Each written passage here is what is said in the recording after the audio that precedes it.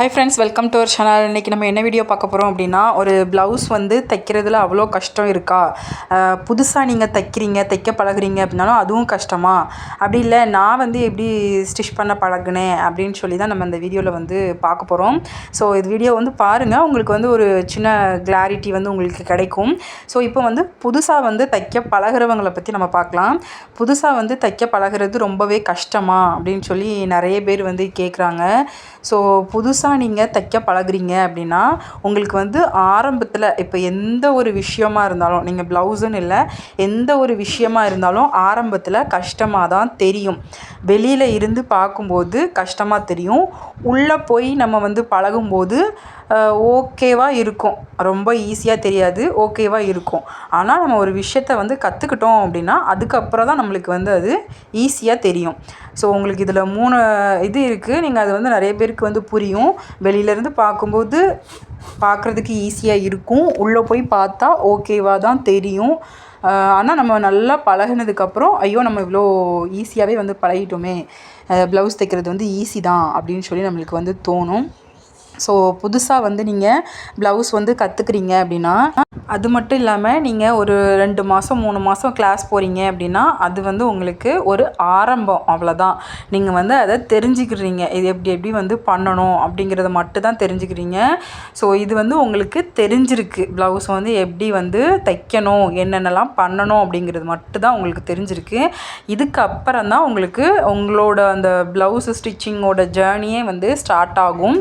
நீங்கள் கற்றதுக்கு அப்புறமா தான் நீங்கள் ஒவ்வொரு ப்ளவுஸ்லேயும் ஒவ்வொன்று நீங்கள் வந்து புதுசாக நீங்களே வந்து கற்றுக்குவீங்க. ஏன்னா ஒவ்வொரு ப்ளவுஸ்லேயும் ஒரு சின்ன மிஸ்டேக்ஸ் வந்து கண்டிப்பாக வரும். அதுவும் ஆரம்பத்தில் அதிகமாக வரும். நீங்கள் ஒரு ஃபஸ்ட்டு 3 மாதம் நீங்கள் கற்றுக்கிட்டு நீங்கள் ப்ளவுஸ் வந்து ஸ்டிச் பண்ணுறீங்க அப்படின்னா கண்டிப்பாக உங்களுக்கு அதில் நிறைய மிஸ்டேக்ஸ் வந்து வரும். 1 வருஷம் 2 வருஷம் 3 வருஷம் இந்த மாதிரி உங்களுக்கு எக்ஸ்பீரியன்ஸ் வரணும். ஸோ உங்களுக்கு எக்ஸ்பீரியன்ஸ் வர தான் உங்களுக்கு ப்ளவுஸில் இருக்கிற எந்தெந்த மிஸ்டேக்ஸ் வந்துச்சுன்னா எப்படி கரெக்ஷன் பண்ணுறது அப்படிங்கிற ஒரு ஐடியா வந்து உங்களுக்கு வரதுக்கு ஸ்டார்ட் ஆகும். ஸோ அப்படி இருக்கிற நிலமையில நம்மளுக்கு கொஞ்சம் கரெக்ஷன் பண்ணுறதுக்கு ஈஸியாக இருக்கும். ஸோ அந்த லெவல் வர்றதுக்கு உங்களுக்கு எக்ஸ்பீரியன்ஸ் வேணும். நீங்கள் எவ்வளோ தான் வந்து கற்றுக்கிட்டீங்க அப்படின்னாலுமே, கற்றுக்கிறதுங்கிறது நம்மளுக்கு அந்த ப்ளவுஸ் வந்து எப்படி ஸ்டெப் பை ஸ்டெப்பாக ஸ்டிச் பண்ணணும் அப்படிங்கிறதுக்கு மட்டும்தான் நம்ம வந்து கற்றுக்கிறது, கிளாஸ் போகிறது. மற்றபடி நீங்கள் நல்லா ஸ்டிச் பண்ணணும் அப்படி நீங்கள் ஃபினிஷ் எல்லாமே வந்து கரெக்டாக வரணும்னு நினச்சிங்க அப்படின்னா உங்களுக்கு அனுபவம் மட்டும்தான் பேசும். டெய்லரிங்கை பொறுத்த வரைக்கும் உங்களுக்கு அனுபவம் இருந்தால் மட்டும்தான் நீங்கள் அதில் வந்து ஒரு கஸ்டமர்கிட்டருந்து உங்களுக்கு எந்த ஒரு குறையுமே இல்லாமல் நீட்டாக வரும். அந்த லெவலுக்கு நீங்கள் வரணும் அப்படின்னா உங்களுக்கு எக்ஸ்பீரியன்ஸ் வேணும். ஸோ அதுக்காக இல்லை அப்போ நம்ம வந்து எக்ஸ்பீரியன்ஸ் இல்லைன்னா தைக்கக்கூடாதா அப்படின்ட்டுலாம் கிடையவே கிடையாது. நீங்கள் வந்து நம்ம பழக தான் பாலும் புளிக்கும்னு சொல்லுவாங்க. ஸோ அந்த மாதிரி தான் நீங்கள் வந்து பழகிக்கிட்டே இருக்கணும். அதை வந்து நம்ம பண்ணிகிட்டே இருந்தால் மட்டும்தான் அது வந்து நம்மளுக்கு நல்லா வந்து வரும். ஸோ கண்டிப்பாக நீங்கள் வந்து ட்ரை பண்ணி ஸ்டெப் பை ஸ்டெப்பாக பண்ணிகிட்டே இருந்தீங்கன்னா உங்களுக்கு கண்டிப்பாக ஸ்டிச்சிங் வந்து பயங்கரமாக நீங்களும் வந்து ஸ்டிச் பண்ணலாம். ஸோ டெய்லரிங் வந்து வெளியிலேருந்து பார்க்குறதுக்கு கஷ்டமாக தான் இருக்கும். பட் உள்ளே இருந்து நீங்கள் ஒன்று ஒன்றா பண்ண உங்களுக்கு சரி ஓகே, நம்மளை பொறுத்த வரைக்கும் நம்மளுக்கு கரெக்டாக தான் இருக்குது, ஈஸியாக தான் இருக்குது அப்படிங்கிற ஒரு நிலைமைக்கு நம்ம வந்து வந்துடுவோம். ஸோ அதுக்கு எக்ஸ்பீரியன்ஸ் வேணும், அவ்வளோதான். நீங்கள் புதுசாக வந்து ஸ்டிச் பண்ணுறீங்க அப்படின்னா ஆரம்பத்தில் கஷ்டமாக தான் இருக்கும். போக உங்களுக்கு வந்து நல்லாவே வந்து செட் ஆகிரும் இந்த டெய்லரிங்கு.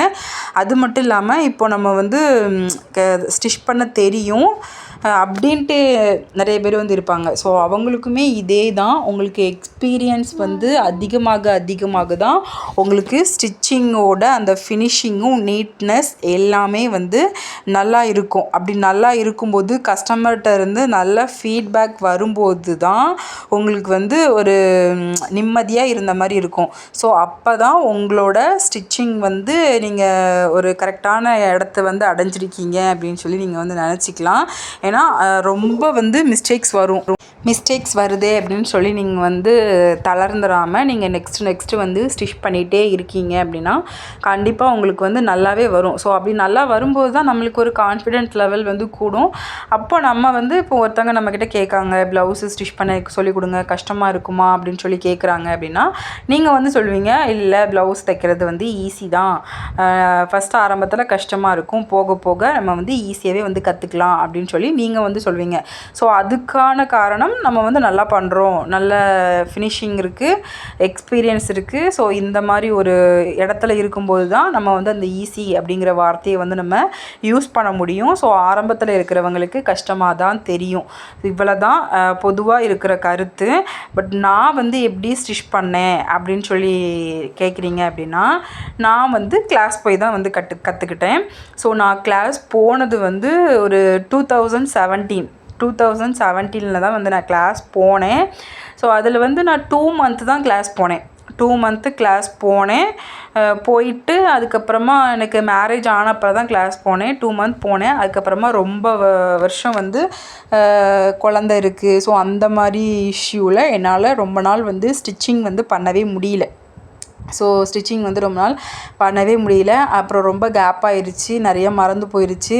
மறுபடி நான் வந்து ஸ்டார்ட் பண்ணேன். தனியாக வீட்டில் இருக்கும், சரி ஏதாவது ஒன்று ட்ரை பண்ணலாம் அப்படின்னு சொல்லி பண்ணும்போது தான் ஸ்டிச்சிங் வந்து ஸ்டார்ட் பண்ணேன். நிறைய மறந்து போயிருந்துச்சு, இருந்தாலும் கண்டினியூ பண்ணேன். இப்போது நான் ஸ்டிச் பண்ண ஸ்டார்ட் பண்ணி கிட்டத்தட்ட தொடர்ச்சியாக வந்து ஸ்டிச் பண்ண ஸ்டார்ட் பண்ணி ஒரு 4-5 இயர்ஸ் பக்கம் ஆகுது. இப்போது நம்மளுக்கு வந்து மிஸ்டேக்ஸ் வரதான் செய்யும். ஸோ அதனால தான் சொல்கிறேன், உங்களோட ஸ்டிச்சிங்கை நீங்கள் வந்து விட்டுறாதீங்க. எதுக்காகவும் யாருக்காகவும் வந்து விட்டுறாதீங்க. உங்களோட எக்ஸ்பீரியன்ஸ் வந்து இப்போ பாதிச்சிரும். ஸோ நம்மளுக்கு அதிக டைமு, அதிக நாள், அதிக ப்ளவுசஸ் நீங்கள் ஸ்டிச் பண்ணும்போது தான் உங்களுக்கு எக்ஸ்பீரியன்ஸ் வந்து கூடும். ஸோ என்னோட டெய்லரிங் ஜேர்னி வந்து நான் தனியாக உங்களுக்கு வந்து ஒரு வீடியோ வந்து கொடுக்குறேன். ஸோ அதை வந்து உங்களுக்கு கொஞ்சம் மோட்டிவேஷ்னலாக கூட இருக்கலாம்.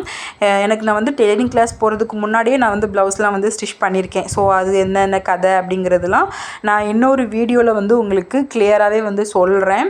ஸோ என்னோடய வாழ்க்கையில் நடக்கிறது எல்லாமே நான் இன்னொரு வீடியோவில் சொன்னேன் அப்படின்னா உங்களுக்கு ஓரளவு ஒரு புதுசாக பண்ணுறவங்களுக்கு, வீட்டில் இருந்து ஸ்டிச் பண்ணணும்னு நினைக்கிறவங்களுக்கு ஒரு சின்ன மோட்டிவேஷ்னலாக இருக்கும். ஸோ இன்னொரு வீடியோ வந்து நான் உங்களுக்கு கொடுக்குறேன்.